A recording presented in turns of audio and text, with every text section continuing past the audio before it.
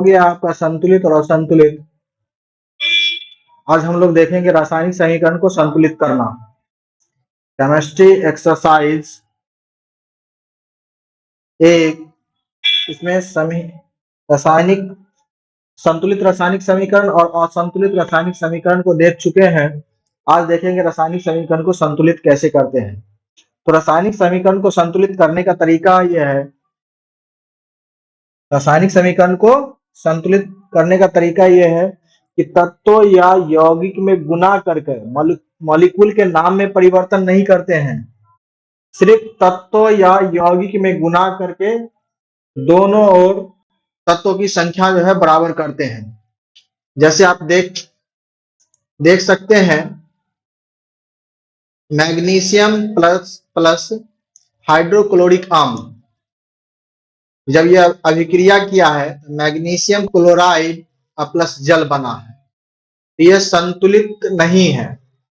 अब देखिए, मैग्नीशियम बाईं ओर मैग्नीशियम एक है जबकि दाईं ओर मैग्नीशियम एक है। उसी प्रकार क्लोरीन बाईं ओर एक है और दाईं ओर इधर इस प्रकार हम देख रहे हैं कि क्लोरीन दो है, तो ये संतुलित नहीं है। आखिर हम लोग किस तत्व या किस यौगिक में यहाँ पर गुना करें और कौन सी संख्या से गुना करें जिससे दोनों ओर तत्वों की संख्या समान हो जाए। तो आप देखिए, क्लोरीन दो गो है, क्लोरीन दो है। क्लोरीन दो बनाने के लिए HCl में पहले यहाँ पर 2 से गुना करना पड़ेगा। HCl में यहाँ पर पहले 2 से गुना करना पड़ेगा। जब 2 से गुना करेंगे, 2 से गुना किए हैं तो हाइड्रोजन 2 हो गया, बाईं ओर हाइड्रोजन 2 हो गया तो दाईं ओर भी हाइड्रोजन 2 है। इसके अलावा बाईं ओर क्लोरीन 2 है तो दाईं ओर भी क्लोरीन 2 है। बाईं ओर मैग्नीशियम 1 है तो दाईं ओर भी मैग्नीशियम 1 है। तो इस प्रकार हम देख रहे हैं हाइड्रोक्लोरिक अम्ल, इसमें अगर 2 से गुना किए हैं तो दोनों ओर तत्वों की संख्या समान हो गया है, तो ये आपका जो रासायनिक समीकरण है वो संतुलित हो गया है। यह आपका रासायनिक समीकरण संतुलित हो गया है। बातें समझ में आई या फिर से इसको बतला दें?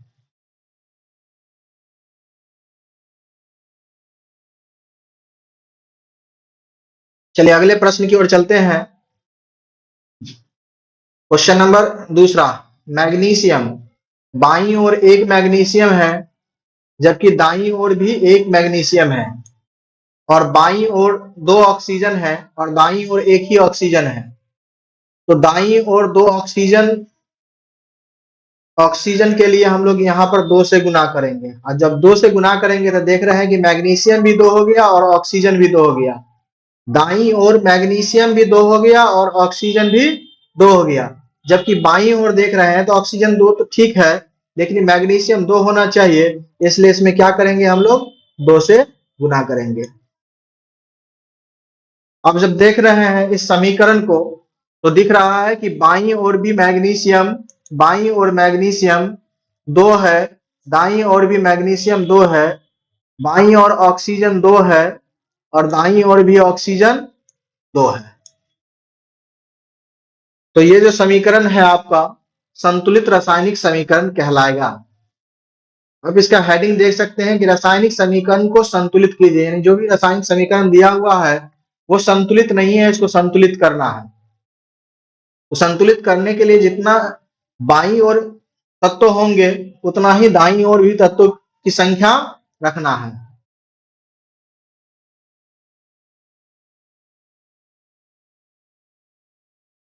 चलिए अगले प्रश्न की ओर चलते हैं। पोटासियम, क्लोरीन और ऑक्सीजन है। देख रहे हैं कि पोटासियम बाईं ओर एक है जबकि दाईं ओर भी पोटासियम एक ही है। ये जो सिंबल है वो पोटासियम का है। क्लोरीन बाईं ओर एक है, क्लोरीन दाईं ओर एक है। ऑक्सीजन बाईं ओर जो है, ऑक्सीजन बाईं ओर 3 है और ऑक्सीजन दाईं ओर 2 है। अब इसको हम बैलेंस कैसे करेंगे? तो इसको हम 3 से गुना करेंगे। यहाँ पर 3 से गुना करेंगे। ये O2 था, ये आपका O2 था ऑक्सीजन 6 हो गया, ऑक्सीजन 6 हो गया। इस साइड बाईं ओर हम इसको 2 से गुना करेंगे, फिर देखिए पोटासियम 2 हो गया और दाईं ओर पोटासियम 1 है, तो यहां भी हम क्या करेंगे, 2 से गुना करेंगे। अब देखिए पोटासियम बाईं ओर 2 है, जबकि पोटासियम दाईं ओर भी 2 है। क्लोरीन बाईं ओर 2 है, क्लोरीन बाईं ओर 2 है और क्लोरीन दाईं ओर भी 2 है। देख सकते हैं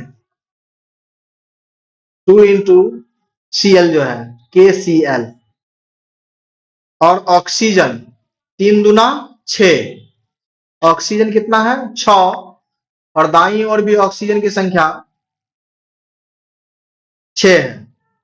तो ये जो समीकरण कहलाएगा संतुलित रासायनिक समीकरण कहलाएगा। तो इस प्रकार हम लोग रासायनिक समीकरण को संतुलित करते हैं। चलिए चलिए अगले प्रश्न की ओर चलते हैं।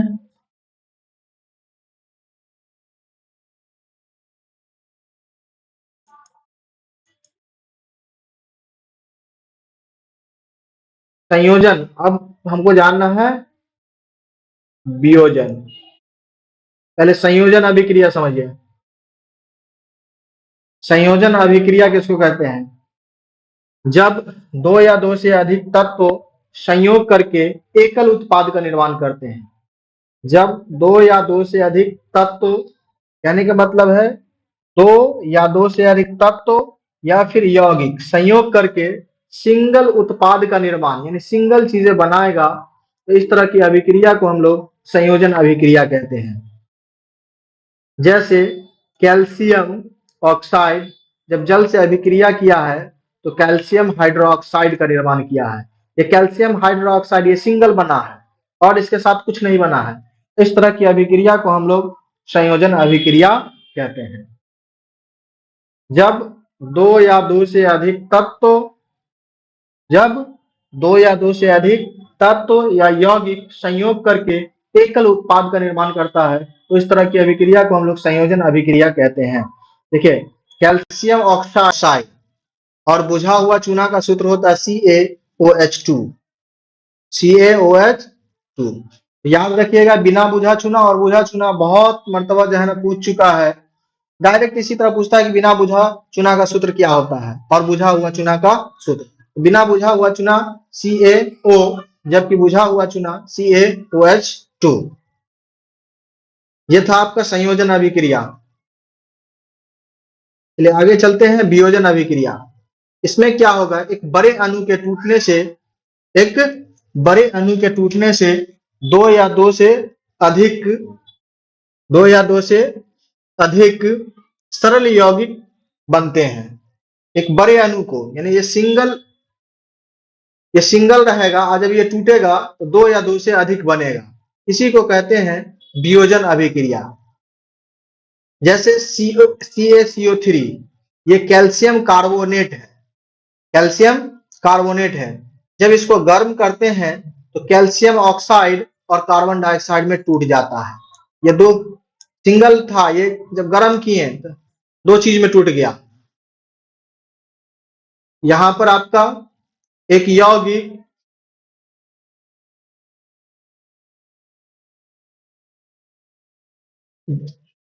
एक बड़े यौगिक के टूटने से 2 सरल यौगिक का निर्माण हुआ है। एक बड़े यौगिक के टूटने से 2 सरल यौगिक calcium oxide plus carbon dioxide का निर्माण हुआ है। इसी प्रकार आप देख सकते हैं फेरस सल्फेट, इसके टूटने से आयरन ऑक्साइड, सल्फर ऑक्साइड और SO3 का निर्माण हुआ है।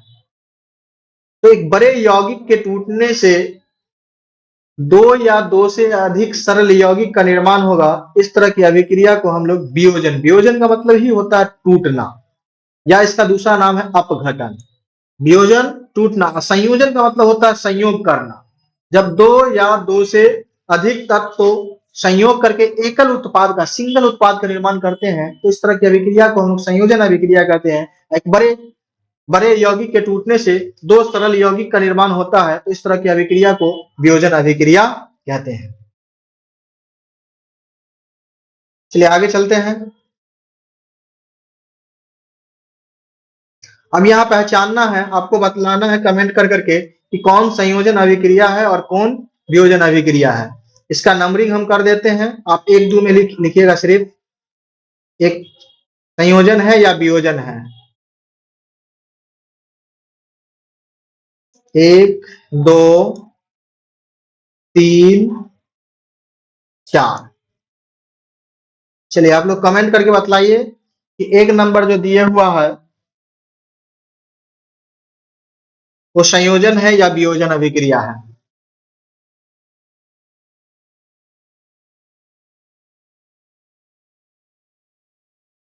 संयोजन अभिक्रिया है ये या वियोजन अभिक्रिया है, आप कमेंट करके बतलाइए।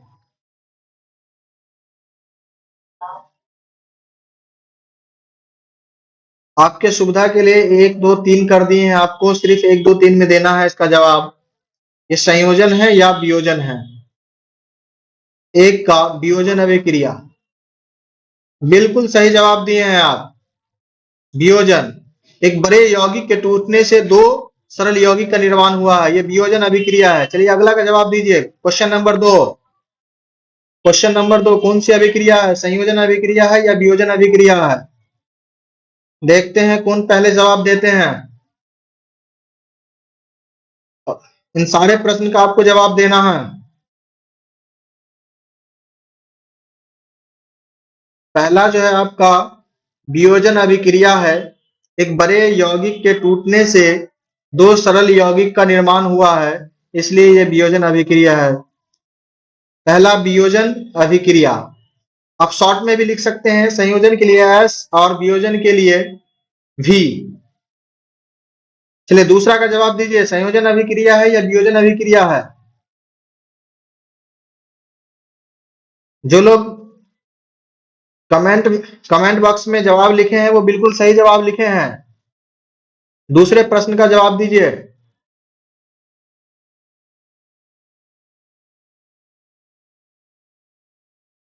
आप जब सही सही जवाब दीजिएगा तभी हमको समझ में आएगा कि आप बातें समझ रहे हैं।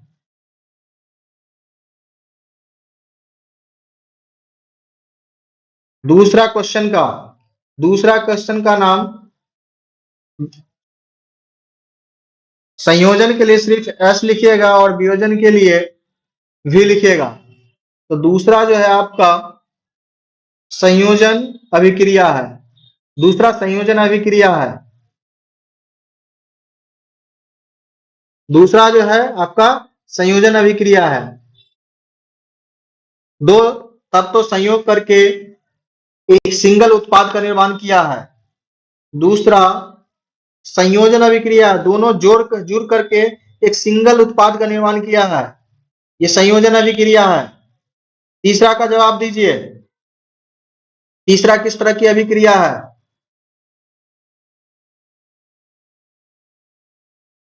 तीसरा क्वेश्चन का जवाब,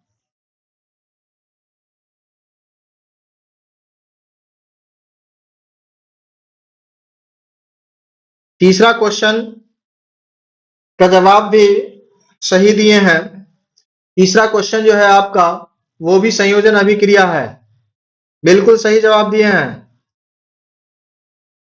तीसरा क्वेश्चन जो है वो भी संयोजन अभिक्रिया है। और अंतिम लास्ट क्वेश्चन है चौथा, इसके बारे में बतलाइए। आपको दिख रहा है कि एक बड़े यौगिक है, इसमें और कुछ जुड़ा हुआ नहीं है और ये टूटा है, ये टूटा है, तो ये जो अभिक्रिया है वो वियोजन अभिक्रिया है। ये चारों का चारों प्रश्न जो है आप लोग सही जवाब दिए हैं, बिल्कुल सही जवाब है। पहला वियोजन अभिक्रिया है क्योंकि बड़े यौगिक के टूटने से दो सरल यौगिक का निर्माण हुआ है। और दूसरा क्वेश्चन संयोजन अभिक्रिया है, दो यौगिक संयोग करके एकल उत्पाद का निर्माण किया है। तीसरा क्वेश्चन भी देख रहे हैं, दो यौगिक, दो तत्व, देखिए यहां भी मिस्टेक हो गया है। दूसरा में दो तत्व संयोग करके सिंगल उत्पाद का निर्माण किया है, ये संयोजन अभिक्रिया है। तीसरा भी, दो तत्व कार्बन और ऑक्सीजन, ये दोनों तत्व हैं, आपको तत्व और यौगिक समझना पड़ेगा। ये दोनों तत्व है, संयोग करके सिंगल उत्पाद, एकल उत्पाद का निर्माण किए हैं, ये आपका संयोजन अभिक्रिया है। और चौथा जो है वो वियोजन अभिक्रिया है। चलिए अगले प्रश्न की ओर चलते हैं। आपके लिए बहुत सारा क्वेश्चन है संयोजन और वियोजन से। चलिए इसको छोड़ करके आगे बढ़ते हैं। विस्थापन, या दूसरा नाम है इसका एकल विस्थापन। विस्थापन या एकल विस्थापन, इसमें होता है कि क्या, जिसमें किसी यौगिक में उपस्थित परमाणु या परमाणुओं के समूह को किसी दूसरे परमाणु द्वारा विस्थापित कर दिया जाता है। इसमें होगा क्या, किसी यौगिक में उपस्थित किसी परमाणु या परमाणुओं के समूह को किसी दूसरे परमाणु द्वारा विस्थापित कर दिया जाता है। इस तरह की अभिक्रिया को एकल विस्थापन अभिक्रिया या विस्थापन अभिक्रिया कहते हैं। जैसे आप देख रहे हैं दाईं ओर फेरस सल्फेट है, यानी आयरन जो है Fe जो है SO4 से अभिक्रिया कर दिया है और कॉपर को अलग कर दिया है। इस तरह की अभिक्रिया को हम लोग एकल विस्थापन अभिक्रिया या विस्थापन अभिक्रिया कहते हैं। जबकि दूसरा सवाल में देख रहे हैं कॉपर सल्फेट, कॉपर जो है CuSO4, देखिए यहां पर मिस्टेक हुआ है इसमें, इसको ये क्वेश्चन में मिस्टेक हुआ है, इसको छोड़ दीजिए आप। तो यहां देख रहे हैं कि आयरन जो है सल्फर से अभिक्रिया कर दिया है और कॉपर को अलग कर दिया है। तो ये सिर्फ सिंगल अभिक्रिया किया है, इसलिए इसको एकल विस्थापन अभिक्रिया कहते हैं। देखते हैं द्वि विस्थापन में क्या होगा, दोनों अपने आयनों का आदान प्रदान कर लेगा। द्वि विस्थापन में दोनों अपने आयनों का आदान प्रदान कर लेगा। सिल्वर क्लोराइड Ag जो है, सिल्वर जो है इससे अभिक्रिया कर लिया, क्लोरीन जो है सिल्वर से अभिक्रिया कर लिया, और सोडियम NO3 से अभिक्रिया कर लिया, सोडियम। तो इस प्रकार AgCl प्लस NaNO3। चलिए अगले प्रश्न में देखते हैं फेरस सल्फेट।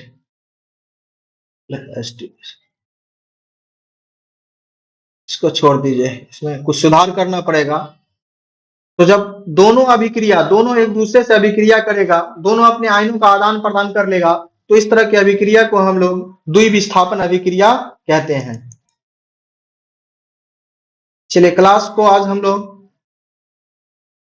यहीं पर समाप्त करते हैं।